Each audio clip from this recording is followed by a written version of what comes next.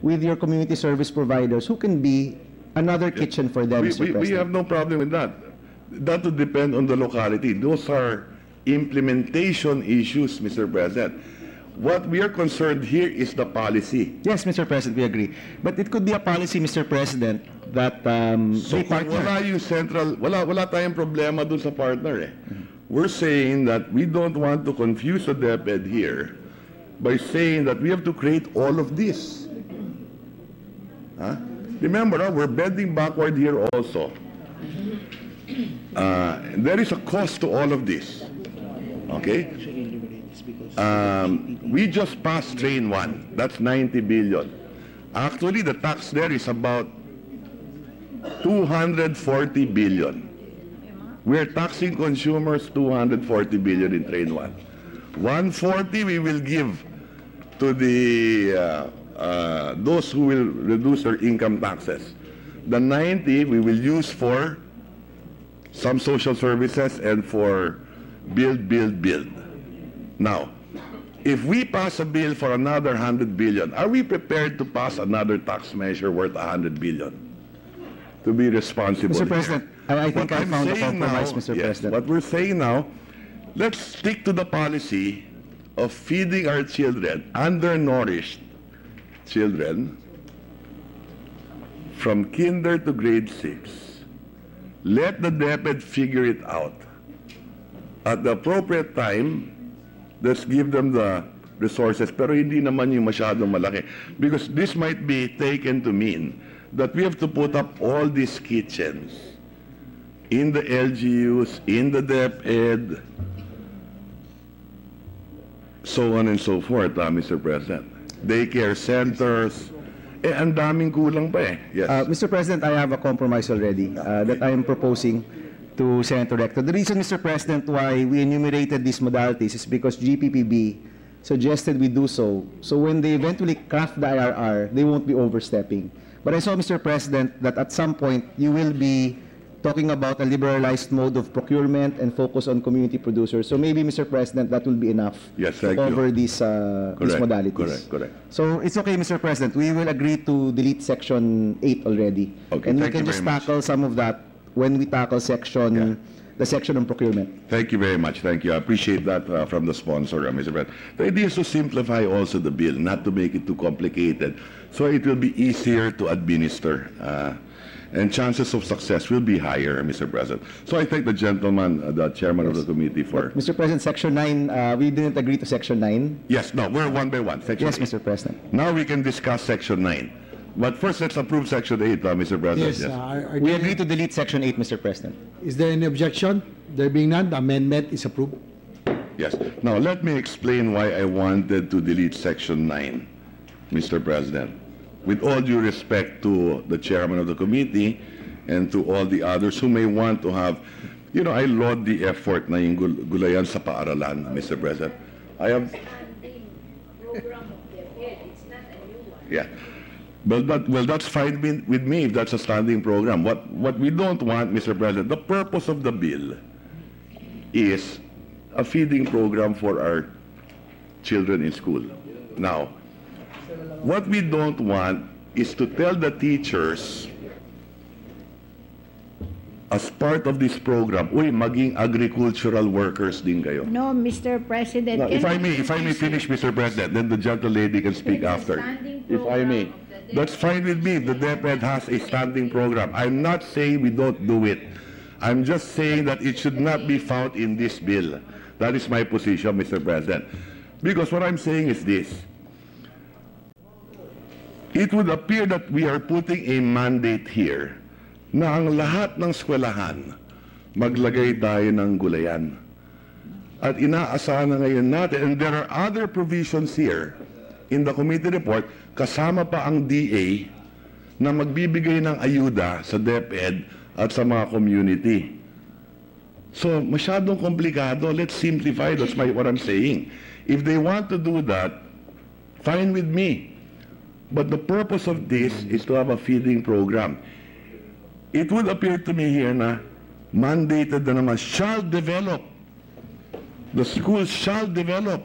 Shall devote a portion of land Ha? Ngayon, Mr. President, niwala nga land use plan yung mga eskwelahan natin. Ang gulo nga ng pagtayo ng mga classroom. Okay? Kulang nga sa lupa. I'm not against, ha? Pero here we're saying, ang mga guro ba natin handa for modern farming technology? Inaasahan ba natin sila na parang extension worker din sila ng DA dito, ng Department of Agriculture? Now, if they want to do this to DepEd for this program, that's fine with me.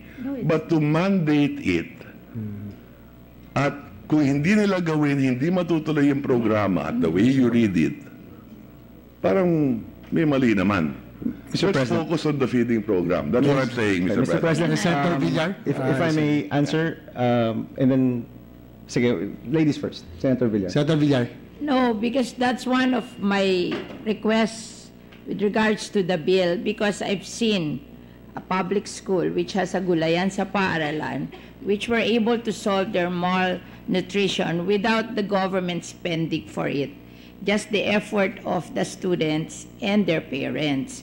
So, and it is really a standing program of the DepEd that they encourage gulayan sa paaralan. Except that if you do not some sort of mandate it, very few schools are doing it. So, yun lang ang ano namin na this one will save money for the government, because if the schools have gulayan sa paaralan, they do not have to buy anything. They, kasi dun sa Iloilo, yung nakita kong model na nag-succeed, nagtanim ng gulay yung mga bata, tapos pumupunta yung mga nanay by turns, every lunchtime, niluluto yung gulay, and then pinakakain sa mga bata, na-solve nila ang malnutrition without the government spending for it, but it's the joint effort of the students and the parents.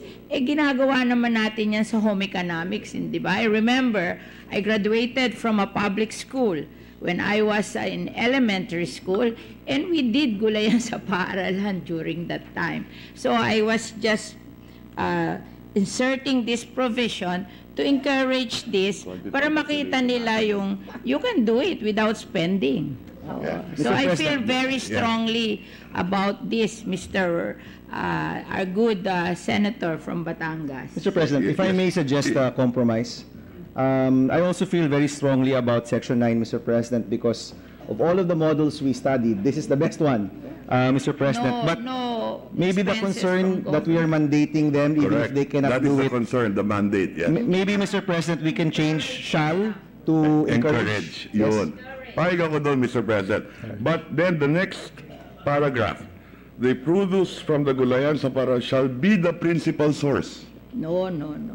No, nandito sa second We paragraph. can delete that, Mr. President. We can delete this part. Shall encourage. So I'm fine by using the word encouraged in the first paragraph, If I may read but we Section 9. delete the second paragraph that it shall be the primary source. If I may read Section 9, Mr. President. Yes. Section 9, gulayan sa paaralan. The schools shall be encouraged to devote a portion of land or space That's for fine the with me. cultivation of vegetables and other nutrient-rich plants as identified by the members of the NNC. Schools lacking in land shall adopt modern gardening technologies with assistance of the Department of Science and Technology and the city or municipal agricultural officers. Parents shall also be encouraged to maintain a similar program in their own households. That's fine with me, Mr. President. But just one last point on this. As identified by the members of the NNC, they will go to all the schools identifying what portion of land? No, Mr. That refers to the vegetables, Mr. President. No more. They will choose the type of vegetables, the Yes. NNC. Okay, with that correction. Fine with me, Mr. President. So we move, Mr. President. the amendment therefore stands as mentioned, and amended. then a period after households, and delete the next line. That is correct. Hey, is there any What is objection? yes, maybe not from the What does sponsor. the sponsor say? As read, Mr. President, we accept. Okay, is there any objection? Okay na. There being none, the amendment is approved. Ikaw naman. Now, you. Mr. President, the next amendment will be coming from Senator Cynthia Villar. Okay. But just for the record, I would like to inform the body that as we started this bill a while ago, the Senate Bill 1279, it is the implication is that we have opened the bill to a whole new period of individual amendments. Because if you will notice, there are amendments that were already previously done. So the truth is we cannot do that if it has been previously amended unless the author of the original amendment agrees or moves for a reconsideration. So in this case, Mr. President, this is with the consent of the chamber, we have opened 1279 to a whole new individual amendments period, Mr. President. For the record. Oh. So noted. Thank you, Mr. President. Then we now recognize Senator Cynthia Villar for line 30 Okay. or 31, before 31. Senator Villar is recognized. 2A. Mr. President, I would like to propose an amendment on page 2A, line 30. I propose the insertion of a new section which will read as follows. Section 10, Milk Feeding Program and the use of locally produced milk. The DepEd shall collaborate with the Department of Social Welfare and Development, the Philippine Carabao Center, and the National Dairy Authority for the incorporation of a milk feeding program into the National School Feeding Program provided under this Act. The use of locally produced milk in the cycle menus under the program shall be encouraged and developed in order to enhance the nutritional content of the food and at the same time help in boosting livelihood opportunities of our local dairy farmers and the local dairy industry of the Philippines. Yan. We accept, Mr. President. Okay, thank you. Is there an objection? There being none, the amendment is approved. Before the approval, Mr. President, the minority leader wishes to be recognized. Minority Just Leader. a question for clarification, Mr. President. Why is the DSWD being involved? Why not just the DepEd, Carabao Center, and the National Dairy No, Authority? the ages 3 to 5 is DSWD, di ba yung daycare Absolutely. center? Ages feeding at ages 3 to 5 is DSWD. And then 5 up is Okay. DepEd, di ba? Daycare centers. Thank you. Oo. Thank And you at for the the- same time, there is now an existing program between DSWD, Philippine Carabao Center, to encourage production of local milk to be used for feeding program. So parang livelihood for the people at the same time. What about the cooperatives who will be involved in the dairy cooperatives? Oh, that's usually the dairy cooperatives are in working relation with the Philippine Carabao Center. But if you want to include the cooperatives, it's okay. We want to develop the dairy industry because right now we only produce 1% of our milk demand. So we want this feeding program to be able to help the dairy industry also. Mr. President, the reason I'm stating that is because I have actually done this Yes. milk feeding program, and in areas where there are cooperatives, dairy cooperatives, it was a very effective instrument to also help the dairy cooperatives. Of course, we realize that there are limitations. Not all dairy cooperatives are capable of supplying pasteurized milk, Yeah. but that is another issue. Yeah. But as a matter of policy, however, where the dairy cooperatives should also be involved because they are on the supply side of the milk feeding program, and I have done it on my own when we adopted this program. Mr. President, that's okay with me to include dairy cooperatives. In fact, I have met a barangay dairy cooperative who has helped with the feeding program of their barangay school. So it's acceptable to me already. So, may we know if this is acceptable to the sponsor, Mr. President? Senator Aquino? Could we restate that again, Mr. President? Just to include the cooperative or the CDA, Yes. Cooperative Development Authority, as among those Agencies. who will be with the DepEd will collaborate, Mr. President. Yes, Mr. President, we accept. So maybe we can include, we can amend with the provision of the sponsor after parenthesis PCC parenthesis comma, we include national, I'm sorry, the CDA. Cooperative Development Authority. Cooperative Development Authority. We accept, Mr. President. Is there any objection? There being none, the amendment is hereby approved as amended. Thank you, Mr. President. Mr. President, No more amendments on page 2A. there is still one just for style purposes. On the lines may have changed, Mr. President, because of the previous amendment, which I support too. But subject to style, Section 10 shall be now renumbered as Section 6.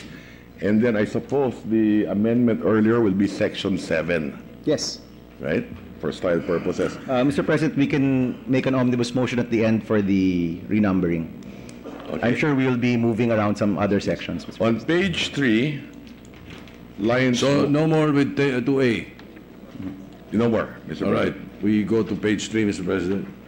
On page 3, lines 1 to 11, reword the entire subparagraph A and B as follows. Paragraph A, water, sanitation, and hygiene. Daycare, to read as follows, Mr. President.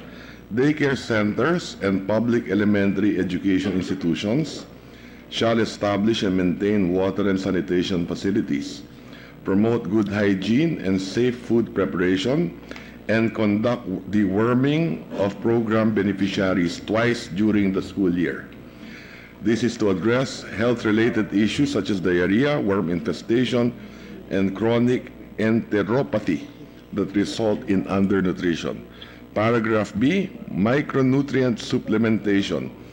To address micronutrient deficiency, the daycare centers and public elementary education institutions shall provide micronutrient supplementation among its program beneficiaries in the form of micronutrient powder, iron supplementation, iodized salt utilization, and other extra nutrients necessary. Yes, Mr. President, we agree, but we would just like to raise one small point. This is from Senator Poe's recommendations, that for letter B, instead of public elementary education institutions, we say DOH, Mr. President, because she had pointed out that it is the Department of Health that handles they're the direct service provider on the micronutrient supplementation programs, Mr. President. What will happen here is that the Department of Health will provide it to the DepEd, because it will be in the Yes. schools, and the DepEd will be the ones to administer it. Maybe we can just include the DOH, Mr. President, in section B. To address micronutrient daycares and the Department of Health, the daycare centers and public elementary shall provide, okay, Yes. so we include, Yes. Okay, So thank we you. accept the amendment of Senator Recto with just the slight amendment to that amendment to include the DOH before daycare centers, Mr. President, subject to style. Is there any objection? There being none, the amendment as minority leader is recognized.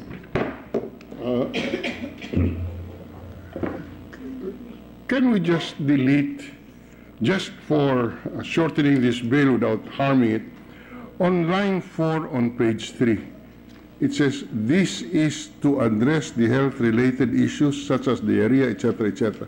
This doesn't add anything to the bill. It just explains why we have to have water and sanitation facilities. We don't really need this sentence.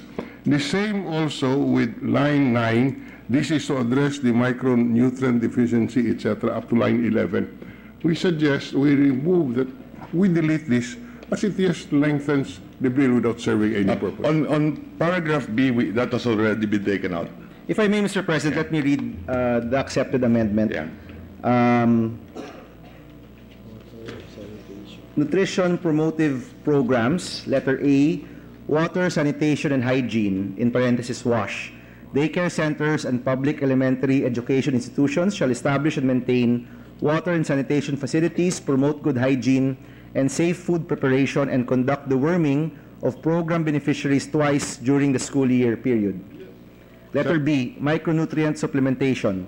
To address micronutrient deficiency, the Department of Health, daycare centers, and public elementary education institutions shall provide micronutrient supplementation among its program beneficiaries in the form of micronutrient powder, iron supplementation, iodized salt utilization, and other extra nutrients as necessary, period.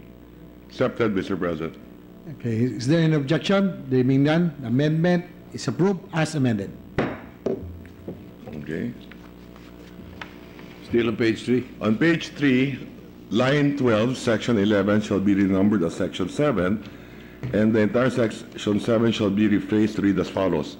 Section 7, prioritization in the program implementation.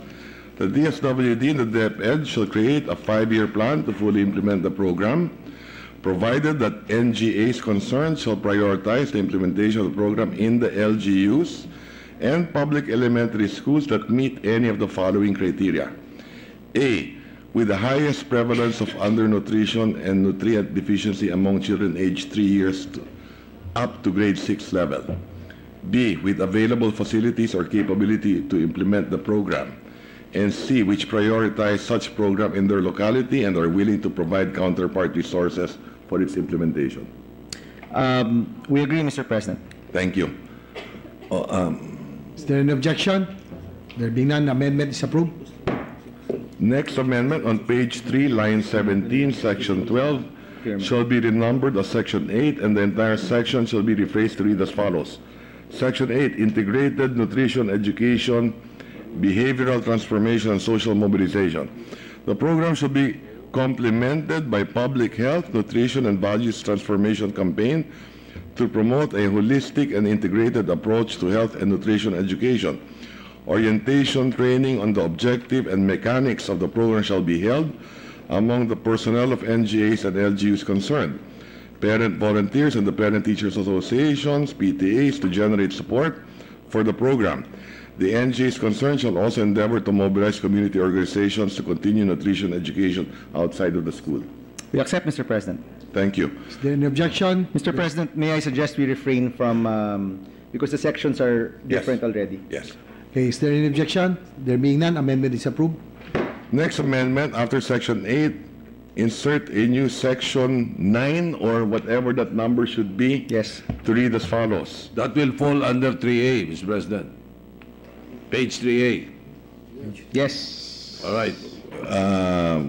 Okay, which may be section 9 or 10, depending on where Line we are. 26, after line 26E. Monitoring, review, and assessment of the program. The NGAs and LGUs concerned shall regularly monitor, review, and assess the impact and effectivity of the program in consultation with their stakeholders.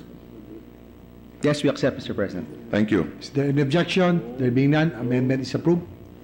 On page 3A, line 27, what could be section 13 shall be, section 13 shall be renumbered to whatever it is, section 10 or 11, no?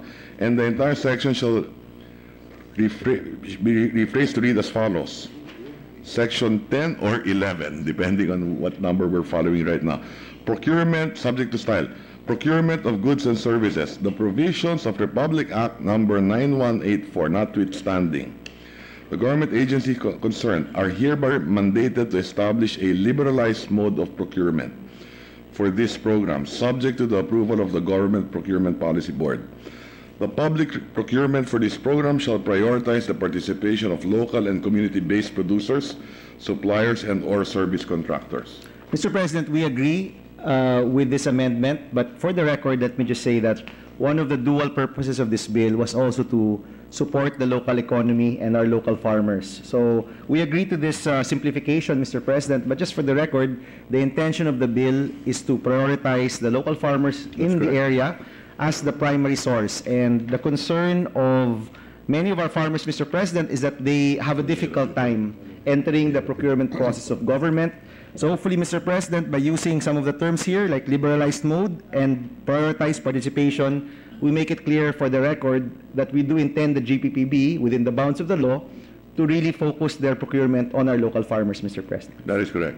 Mr. President, Minority Leader is with the recognized. permission of the two gentlemen, we could subscribe ourselves with the intent of the sponsor, particularly on requiring the preference to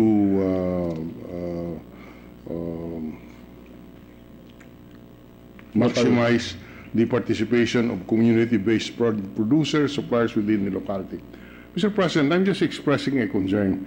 With such detailed directive as this, it can give rise to a number of litigations and people going to court and saying you are not prioritizing local community-based producers, etc., etc.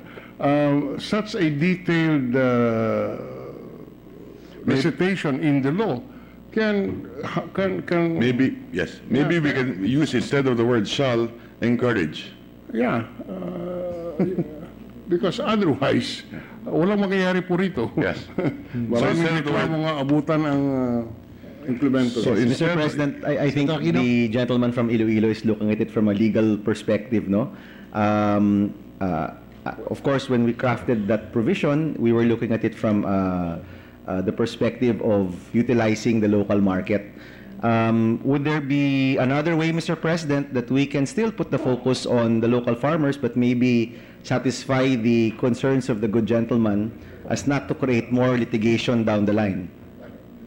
Well, Mr. President, I'm just putting a concern on record. I leave it to the sponsor and the interpellator, I'm sorry, the one recognized for proposing amendments.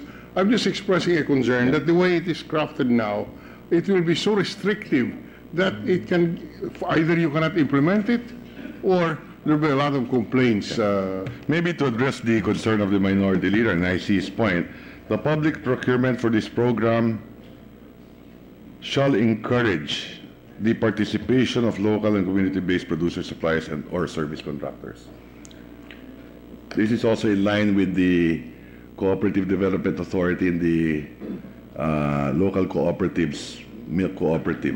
My only Senator Aquino? concern there, Mr. President, is that if we leave it to encouragement, it probably won't happen. No, because the problem today naman is that wala naman importer na magsusupply niyan eh.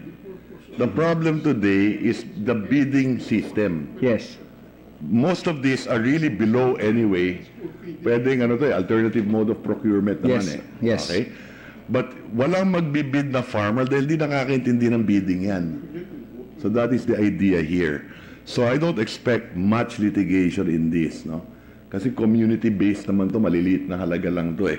So I don't think we will have a problem if we have the public procurement for this program shall encourage the participation of local and Okay, we will accept that, Mr. President, just to reiterate on the Yes. record that the intent is Yes. for the DepEd or whoever will be purchasing as to support the local market, Mr. Yes. President.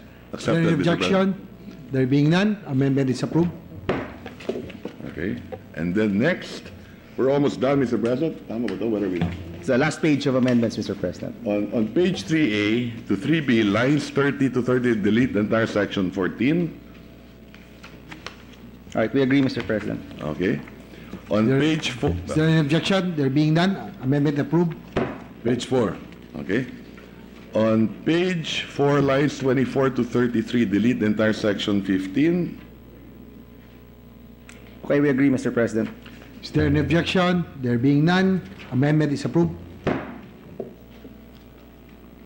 Page 5, after the new section 10 or 11, insert a new section 11 or 12. subject to style, to read as follows.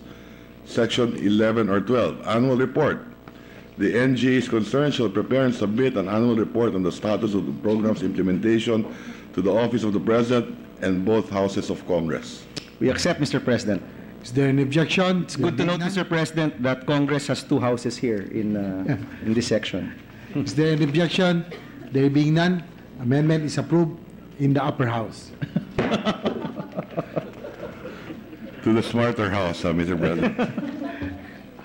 After the new section 11 or 12, insert a new section 12 or 13 to read as follows. Page ano yan? Appropriations na tayo. Page 5. Page 5. Section 2, appropriate. The amount necessary to carry out the initial implementation of this act shall be sourced from the current appropriations of the DSWD and DepEd. Thereafter, such sums as may be necessary for the continuous implementation of this act shall be included in the Annual General Appropriations Act under the respective budgets of the DSWD and DepEd. We accept, Mr. President. Is there any objection? There being none, amendment is approved. On page 5, line 1, section 16, subject to style, shall be renumbered as section 13 or 14, subject to style. And the entire section shall be reworded to read as follows. Section 13 or 14, local government assistance. A portion of the Special Education Fund may be used to augment the appropriations available for the implementation of the school-based feeding program provided under Section 3B of this Act. We agree, Mr. President. Is there an objection? There being none, amendment is approved. On page 5, line 4, section 17, shall be renumbered as section 14, subject to style again, and shall be reworded as follows. Section 14 or 15, subject to style, implementing rules and regulations. Within 60 days from the effectivity of this act, the DSWD and DepEd, in coordination with the DBM, NNC, FNRI, and other relevant government agencies, non-government organizations, and development partners shall promulgate the necessary rules and regulations for the effective implementation of this act. We agree, Mr. President. Is there an objection? There being none, amendment is approved. On page 5, lines 12 to 20, delete the entire sections 18 and 19 and renumber the succeeding sections accordingly, subject to style, Mr. President. The reference there, Mr. President, is periodic review and appropriations because we already have it Yes. amended. Yes, Mr. President. And lastly, Is there any objection? There being none, amendment is approved. on the title, reword the title to read as follows. An act establishing a comprehensive national feeding program to combat hunger and undernutrition among Filipino children and for other purposes. We agree, Mr. President. Is there any objection? And finally, There being none, amendment is approved. may I make a manifestation that Mr. President, I think there is an anterior amendment by Senator Mr. Villanueva. President, yes. On that particular section, Mr. President. Which and I- section yan? On appropriation, Mr. President, and I consulted the sponsor about So this. still on page 5. Yes, Mr. President, Before on title. subject to style, that particular section, line 16 to 17, after the word PAGCOR, add the following, and excise taxes on sugar, sweetened beverages under Republic Act number 10963, or the tax reform for acceleration and inclusion. I remember, Mr. President, during the deliberation of that particular measure, one of the things that we talk about is that this will also be used for earmarking in our program for feeding, Mr. President. Mr. President, this section has already been amended and accepted by the sponsor. So maybe and approved by the body. Maybe hear again the original amended. Yes, Mr. President. May I have 1 minute suspension? Yes. Just a 1 minute. Session suspended. Earmark na naman.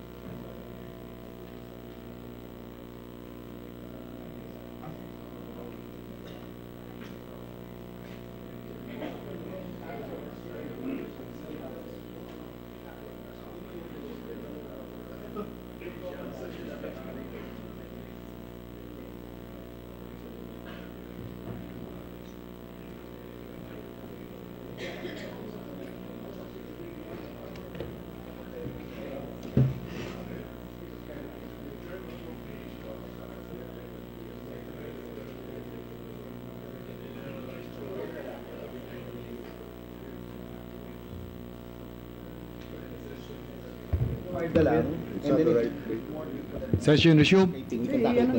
Suspend na lang. Yes, Mr. President. The title was accepted by the sponsor, and we have already approved it, Mr. President.